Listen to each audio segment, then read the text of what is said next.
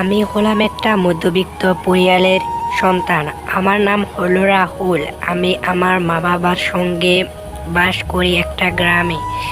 আমার বাবা মা দেখতেও বুড়ো ছিল, যদিও আমার বাবা মা আমার কাছে অনেক ভালো মানুষ।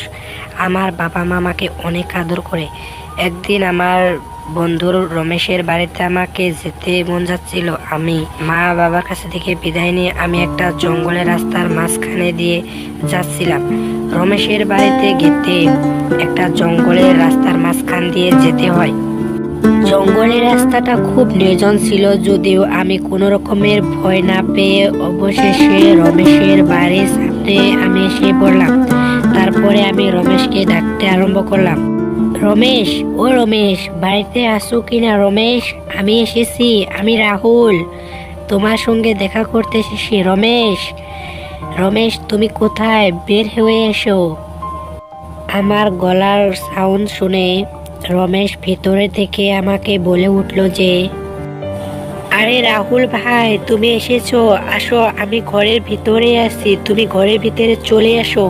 আমি কোনো দ্বিধাবোধ না করে ঘরের ভিতরে চলে আসলাম। রমেশের কে দেখে অনেক আমার ভালো লাগলো, কারণ রমেশের সাথে অনেক দিন হয়ে গেল কোনো যোগাযোগ করা হয়নি।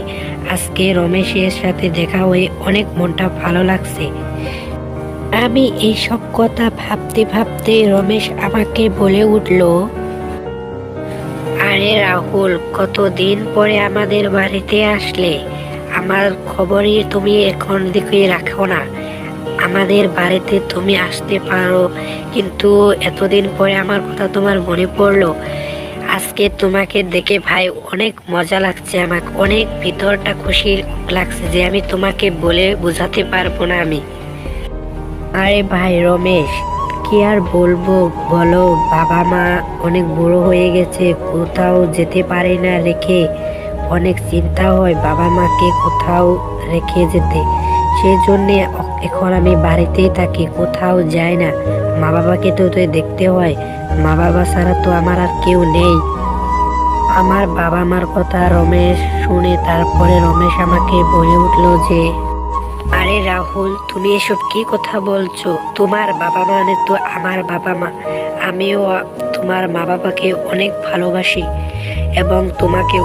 তুমি আমাকে নিজের ভাইয়ের মতো বলে ভাবতে পারো। আমি তোমাকে নিজের ভাইয়ের মতো করে দেখি। এইসব কথা বলতে বলতে আমরা দুইজনে চা খেয়ে অনেক মজা করলাম, অনেক কথা বাঁধলাম। তারপরে আর কি, এতক্ষণ তো আর এখানে বসে থাকা তো ঠিক হবে না। বাড়িতে বুড়ো বাবা মাকে রেখে এসেছি, আমাকে তাড়াতাড়ি করে যেতে হবে। এইসব কথা আমি মনে মনে ভেবে আমি রমেশকে বলে উঠলাম, আরে ভাই রমেশ, আমাকে এখন বাড়িতে যেতে হবে, বাবা মাকে রেখে এসেছি, বেশি সময় থাকা যাবে না, সন্ধ্যা হয়ে যাচ্ছে, আমাকে এখন বাড়িতে যেতে হবে। আরে রাহুল, তুমি এসব কি কথা বলছো? কতদিন পরে তুমি আমাদের বাড়িতে আসলে, আজকে তুমি চলে যাবে? না, কি করে হয়? তুমি থেকে যাও আজকে, আজকে তুমি থেকে যাও প্লিজ। রমেশ আমাকে খুবই কিন্তু যত্ন করলো এবং আমাকে খুবই থাকতে বলতেছে, কিন্তু আমার তো থাকা যাবে না, বাবা মাকে রেখে এসেছি। রমেশকে অনেক কথা বুঝিয়ে তারপরে আমি বাড়িতে যাওয়ার জন্য রওনা দিলাম। আজকে সত্যিই রমেশের সঙ্গে আমার দেখা করে অনেক ভালো লাগলো। এসব কথা ভাবতে ভাবতে আমি যখন সেই জঙ্গলের মাঝখান দিয়ে আমি পার হচ্ছিলাম, হঠাৎ করে আমি একটা শব্দ শুনতে পেলাম, কিরকম একটা ভয়ানক শব্দ। আমি সেইখানে অল্প দাঁড়িয়ে গেলাম, যদিও মনে মনে খুব ভয় পাচ্ছিলাম, কিন্তু আমি ভয় না পেয়ে আমি সেখানে দাঁড়িয়ে সেই শব্দটা আমি প্রত্যক্ষণ করার জন্য চেষ্টা করলাম। আমি শব্দটা শুনতে শুনতে হঠাৎ করে আমার সামনে একটা খুব ভয়ঙ্কর একটা ভূত চলে এলো, যেটাকে দেখে নাকি আমি আর সহ্য করতে না পেরে সেখানেই আমি জ্ঞান হারিয়ে পড়ে গেলাম।